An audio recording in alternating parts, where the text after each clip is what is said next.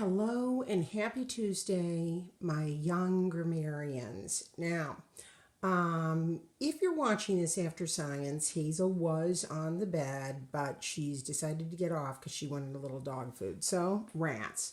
We just have Tommy Tomahawk, my squishies, and Nori. That's it. All right, simple verb tenses. We were on page 240. We're using reference 122. Literally, we are not stuck here in a rut, but I wanted to go over this one more time before we move forward. It's difficult enough sometimes when we're in the classroom together, but I'm going to say it's triply. Is that even a word?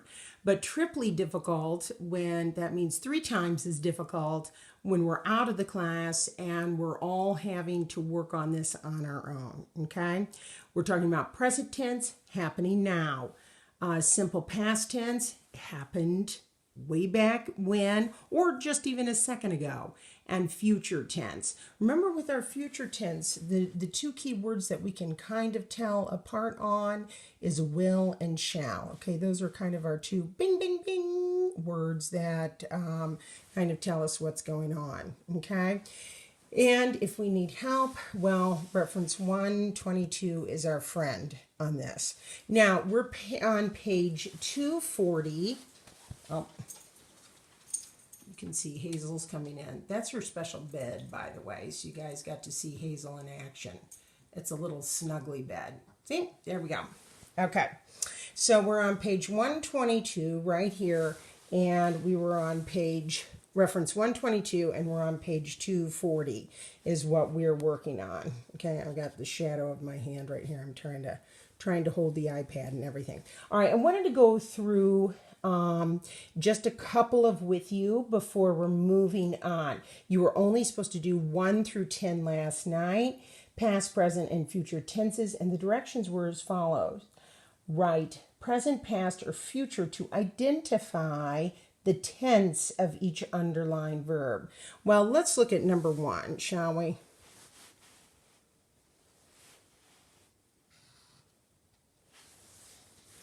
I've got my coat on because I'm so cold in this house.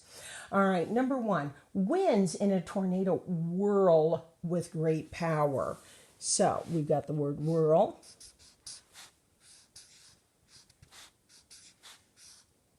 Okay. And as we spoke about yesterday, we know that whirls, we could say that as well, but we have to have a subject-verb agreement on that. Whirl. So we know that tornadoes, I believe, was the subject. No, winds. I'm sorry. Winds. Okay. Plural. So we're not going to have an S on our verb, whirl. And we know that's in present tense.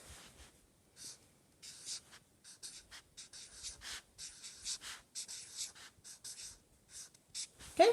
Everybody should have gotten number 1 right because we actually did go over it yesterday. All right, let's go over number 2 together. Let's go over number 2 together. Okay.